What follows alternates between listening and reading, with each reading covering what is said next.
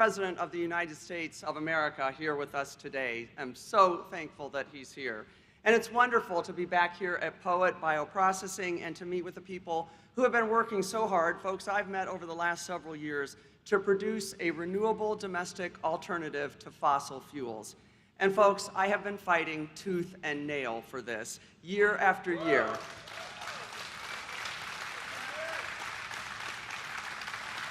Because I always knew that we needed to make biofuels a part of our clean energy solution, and we're doing that right here in Iowa. Investing in biofuels not only helps Iowa's farmers and rural communities, but also lessens our nation's reliance on fossil fuels and brings down prices for Iowa families. President Biden knows that ethanol, which is created right here at Poet Bioprocessing, is significantly cheaper at the pump, reduces our carbon emissions, and provides good-paying jobs like right here at Poet in Menlo. And so the President is here to support that. And so I'm so immensely grateful for the President's work in upholding the renewable fuel standard and keeping biofuel production going strong. And I'm thankful for all the investments President Biden has made in Iowa in his time in office. Everyone needs to know how much that is. Iowa, as we know, has more structurally deficient bridges than any other state in the nation. And thanks to President Biden's leadership, we've already received $650 million in new funding for roads and bridges.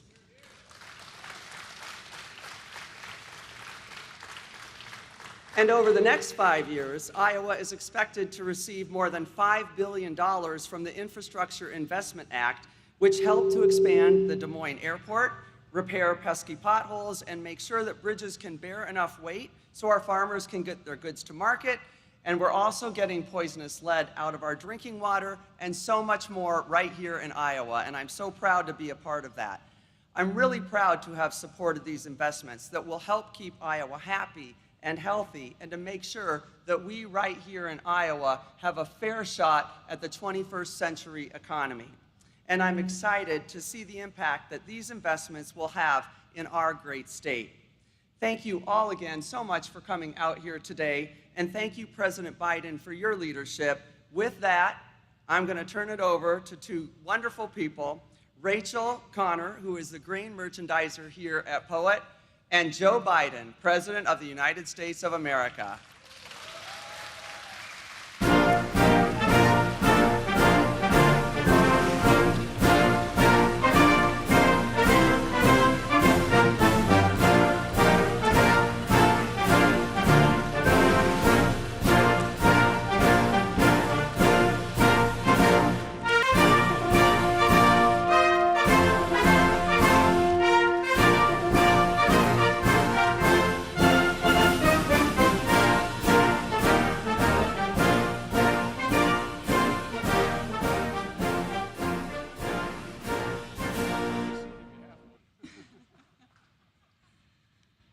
It's really great to be here with all of you today.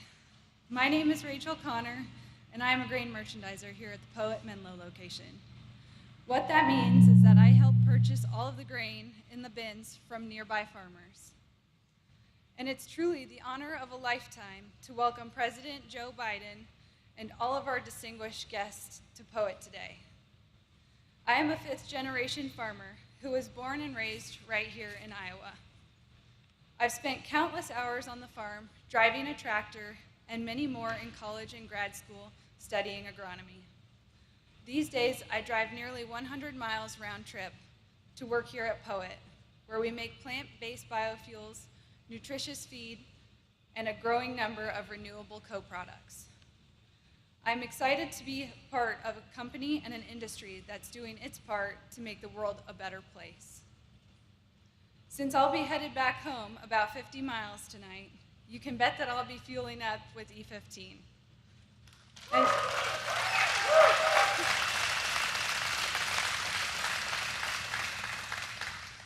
And come June 1st, I hope to keep saving money with E15. Many of you may recall when President Biden campaigned here in Iowa, he promised to support biofuels, grow green jobs, and cultivate a low-carbon economy. Today, America is battling Putin's price hike, and Mr. President, I can tell you our nation's entire biofuels industry stands ready to help. So ladies and gentlemen, let's give a warm Iowa welcome to President Joe Biden.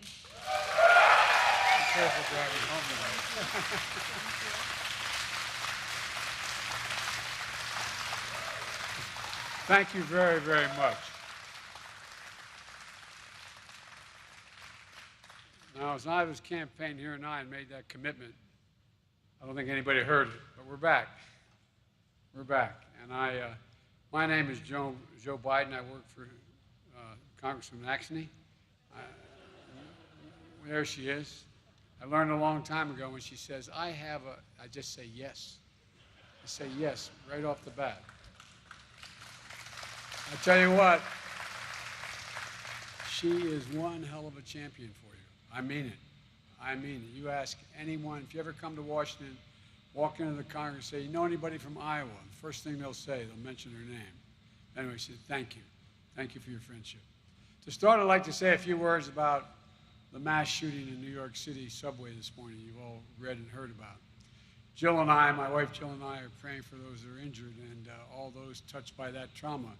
And we're grateful for all the first responders who jumped into action, including civilians who didn't hesitate to help their fellow passengers and try to shield them. My team has been in touch with Mayor Adams and New York's police commissioner, and the Department of Justice and the FBI are working closely with the NYPD on the ground. We're going to continue to stay in close contact with New York authorities and as we learn more about the situation over the coming hours and days. And something could have broken between now and the last hour. I haven't heard the news. I haven't spoken to anyone of my staff. But we're not letting up on it until we find out and we find the perpetrator.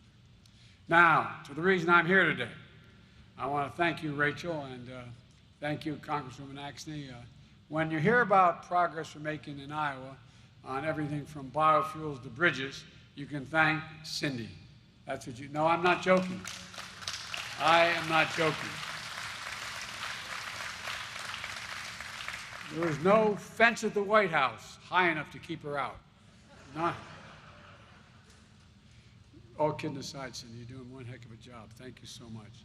I also want to say a special hello to someone who really wanted to be here today. And you think I'm kidding. He's the guy that brought me to the first biofuel plant in Iowa years ago. Your former governor and my Secretary of Agriculture, Tom Vilsack. Unfortunately, couldn't be here today. He went to a press event in Washington, and like 2/3 of the people who went, I think, they got COVID. He's doing fine, spoke to him, but he couldn't be here.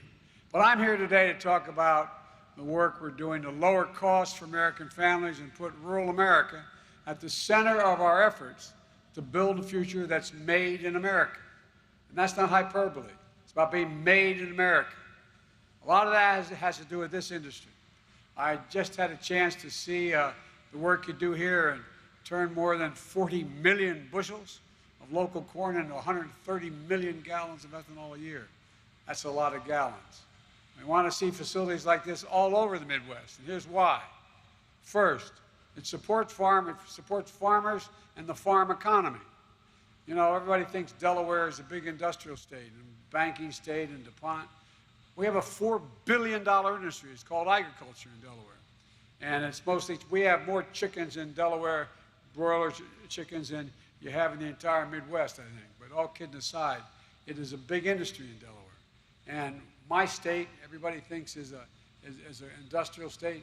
It's a very rural state. The largest city outside of the main city of Wilmington, Delaware, is almost 150,000 people, is 20,000 people. It's a rural state. And so we understand about getting the rural communities engaged and being able to make it generally. And all that corn in the silos is from farmers within 60 miles of here. Knowing you have a buyer gives farmers something they don't often have: peace of mind, certitude about where their product can be sold and to get a fair price for it. Second, it creates good-paying jobs. It's estimated there are over 400,000 jobs directly and indirectly supported by this industry nationwide. There's a lot of people, That's a lot, and a lot of paychecks, and good, decent paychecks. Third, it reduces our reliance on foreign oil. By adding this fuel to our gasoline, 10% or 15%, even more, stretches the supply. And fourth, it gives you a choice at the pump. When you have a choice, you have competition. When you have competition, you have better prices. And in addition to all that, you get less harm to the environment, lower greenhouse gas emissions, and you get even byproducts like grain here, which goes into animal feed and which helps cattle producers and lowers their cost. This is an industry with a tremendous future. I've set a goal of zero carbon for aviation sector, for example, by 2050. I've spoken with the leading heads of all major airlines. It's going to require billions of gallons of sustainable aviation fuel. And you simply can't get to net zero by 2050 without biofuels. Aviation.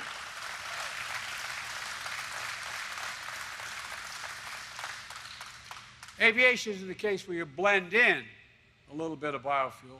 It's where it's called drop-in, meaning 100% biofuel. You don't need to take my word for it. Take the word of the CEO of American Airlines, who said, sustainable aviation fuel is the cornerstone of our strategy, end of quote.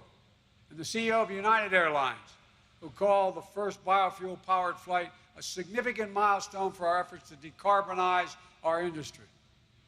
To bring that future within reach, I proposed a sustainable aviation fuel tax that we brought together the government's agencies, aircraft manufacturers, airlines, fuel producers, airports, advanced, cleaner, and more sustainable fuels for American aviation. That's how we're going to get there. And we can. We're in the cusp of so many significant things that are going to happen in this country, not just in the fuel side, but in the next 10 years. Your children are going to see more change in the next 10 years than we've seen in the last 40 years. That's how rapidly technology is changing. So this industry has a role to play in a sustainable energy future. But I'm here today because homegrown biofuels have a role to play right now, as we work to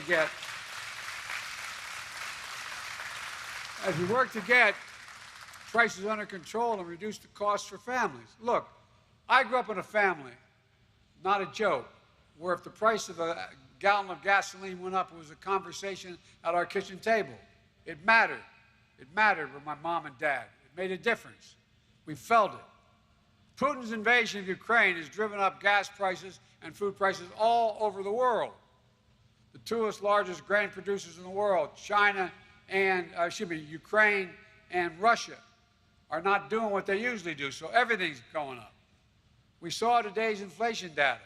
70% of the increase in prices in March came from Putin's price hike in gasoline.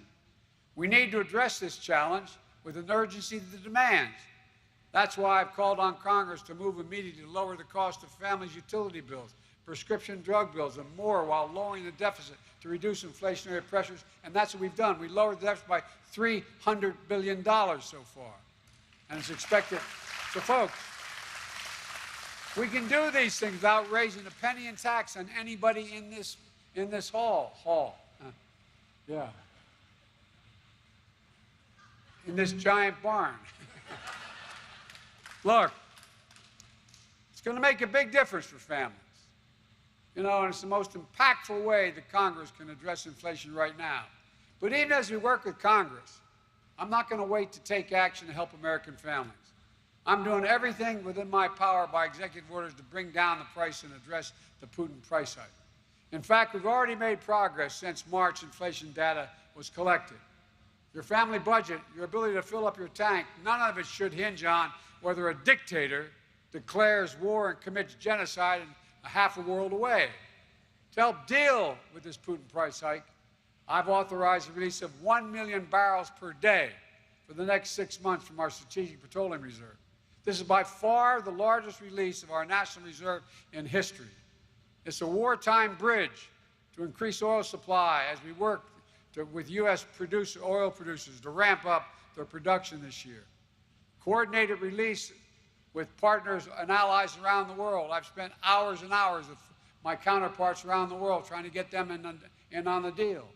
And shortly after I made the announcement, over 30 countries agreed to release another 60 million additional barrels onto the market. Over 240 million barrels over the next 6 months is the bridge to be able to make sure we are going to be able to keep prices down. This is the largest collective reserve release in history. Hundreds of hours of meetings with key allies, keeping them together, is paying off. Putin was counting on the division of NATO, the division of the European Union, the division of the world. We spent a lot of time, but they're all following, every single one, including in Asia, South Korea, Japan, Australia, all of them. Nations coming together to help deny Putin the ability to weaponize his energy resources against American families in Europe and around the world. And by the way, we're also cutting off access to technology for him. Without American technology, look at the number of major American companies on their own, not at my urging.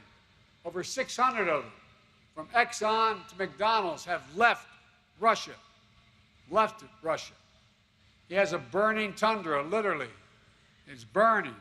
The permafrost is burning. He's got a problem. And we're not going to let him cause that problem to spread to the rest of the world. And that helps stop the run-up of oil prices that have begun to bring prices down a little bit. As a result, countries acting together to release this reserve. And America should be seeing the savings. And we're not just learning and leaning on our reserves and our allies and partners to help bring down the gas prices and to power the nation. We're leaning on you, our farmers, our biofuel refiners. Today, I'm announcing that the environmental, and I don't think as much of an announcement, it's already broken out pretty much the last 24 hours, but the Environmental Protection Agency is planning to issue an emergency waiver to allow E15 gasoline that uses more ethanol from homegrown crops to be sold across the United States this summer in order to increase fuel supply.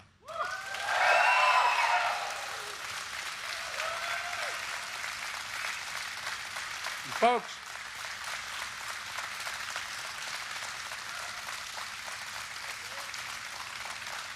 I feel like, thank you. I feel like, as a minister, and I feel like I'm preaching to the choir here.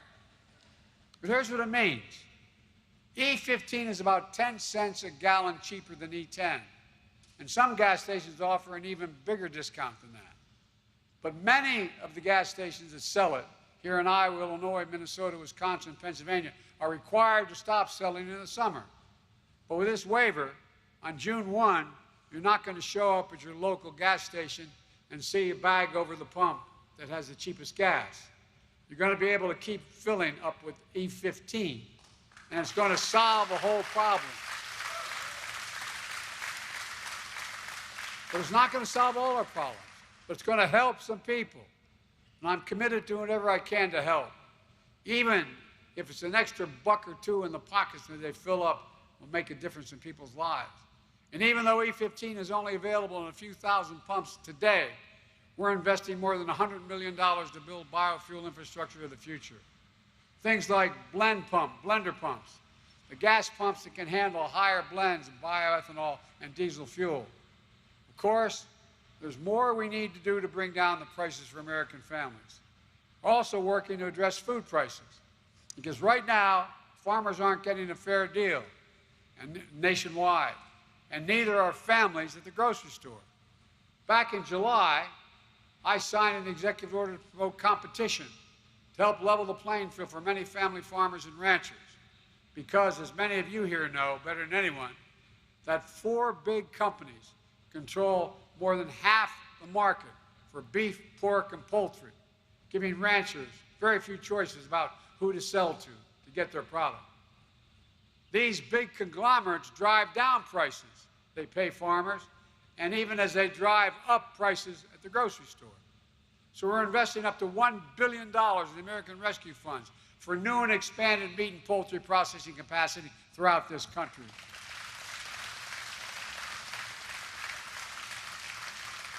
And this is something I've talked about with Brent Johnson, who is here today. We're going to invest in innovative new products and processors, small businesses, independent businesses, the lifeblood of our economy. It's going to give farmers and ranchers more options to shore up a weak point in our food supply chain and bring down prices for American families. I've said it before and I say it again. I'm a capitalist, but without capitalism, without competition, isn't capitalism. It's exploitation. Exploitation. And bringing down historic economic progress, reducing costs for families also requires investing in infrastructure. My introducer is going to drive home 50 miles.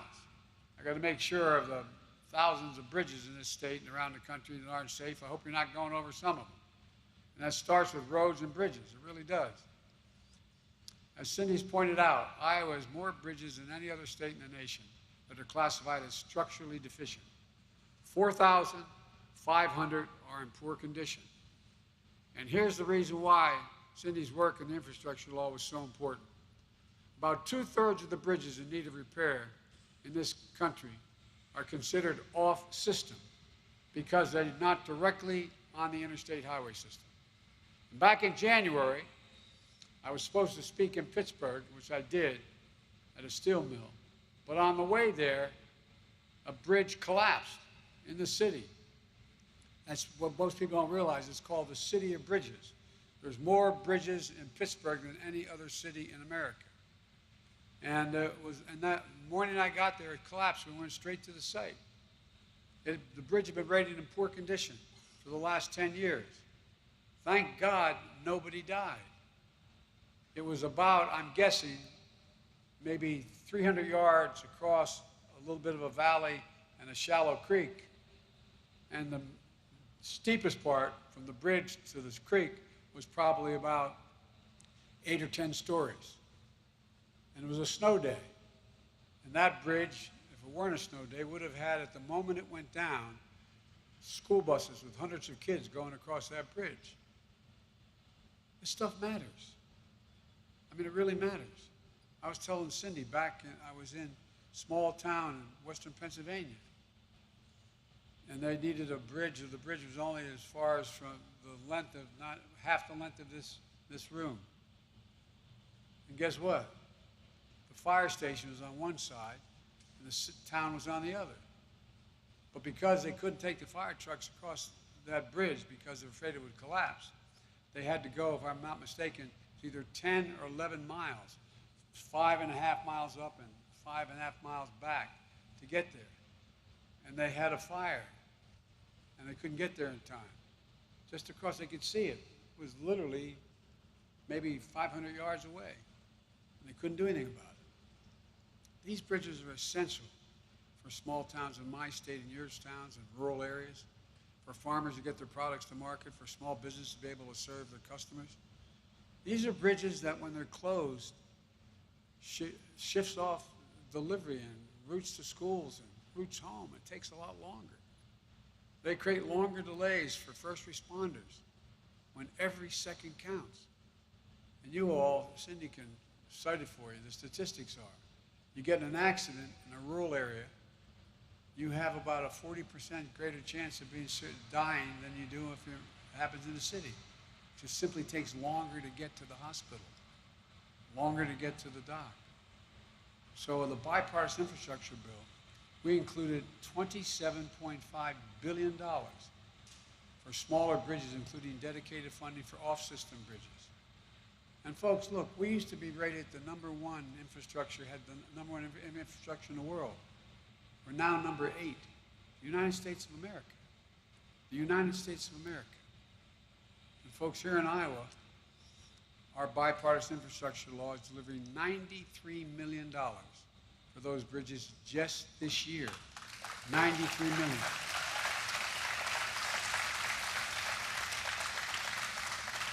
And at least $14 million for off-system bridges this year.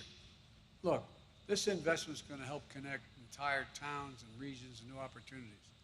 We've gone from waiting for Infrastructure Week, now you got infrastructure decade.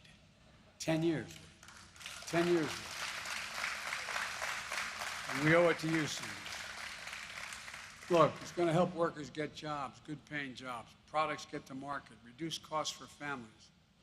With this investment, we're sending a message to America's small communities and the people who call your call you home, this home. You matter. You matter. We see you. Not a joke. And we're building back with you. We're making sure you're not left out or left behind. We're also investing in universal, affordable, high-speed internet. I was surprised at this number, I have to tell you. 16% of Iowa households don't have an internet subscription. In some places, there's no high-speed internet infrastructure at all. Zero in this state. And the law will make high-speed internet affordable and available everywhere in Iowa. And think of what that will make possible, from telemedicine to precision agriculture to small businesses that want to be able to sell in bigger markets. In the 21st century in America, no parent ever should have to pull into McDonald's or a fast food chain to literally hook up to the internet in their car so the kid could do their homework over online. Think about that. The United States of America. We're the guys that came up with all this stuff.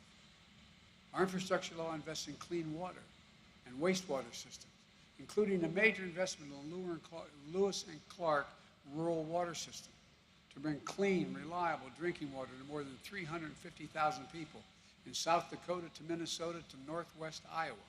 It matters. It matters to the health, it matters to convenience, it matters across the board.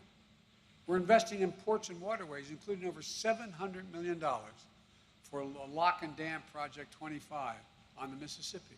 You say, what does that have to do with me? It has a lot to do with y'all. Because nearly every bushel of soybean and corn that is transported on that river from Illinois, Iowa, Minnesota, Missouri, Wisconsin, goes through these locks.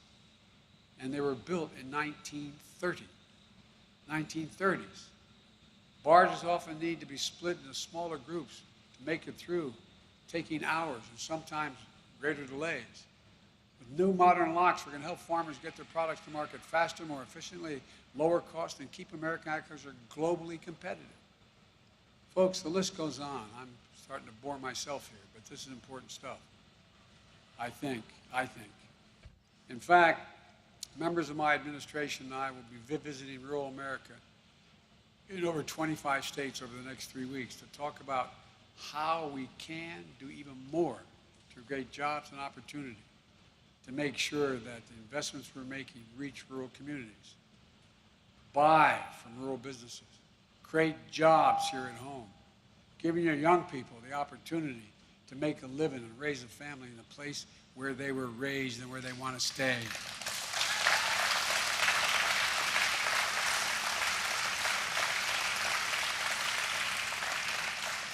I won't ask the people, I know no woman is over 50 years of age here, but the men are over 50.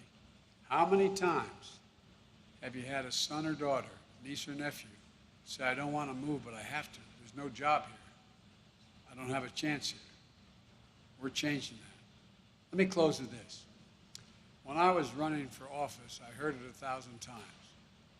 We're going to build an economy around you, the communities who feed and fuel our nation. Well, we are. We are. We're going to deal in people and places that have been left out and left behind for a long time. We're making progress. Over the course of my presidency, our recovery has now created 7.9 million jobs in almost 14 months.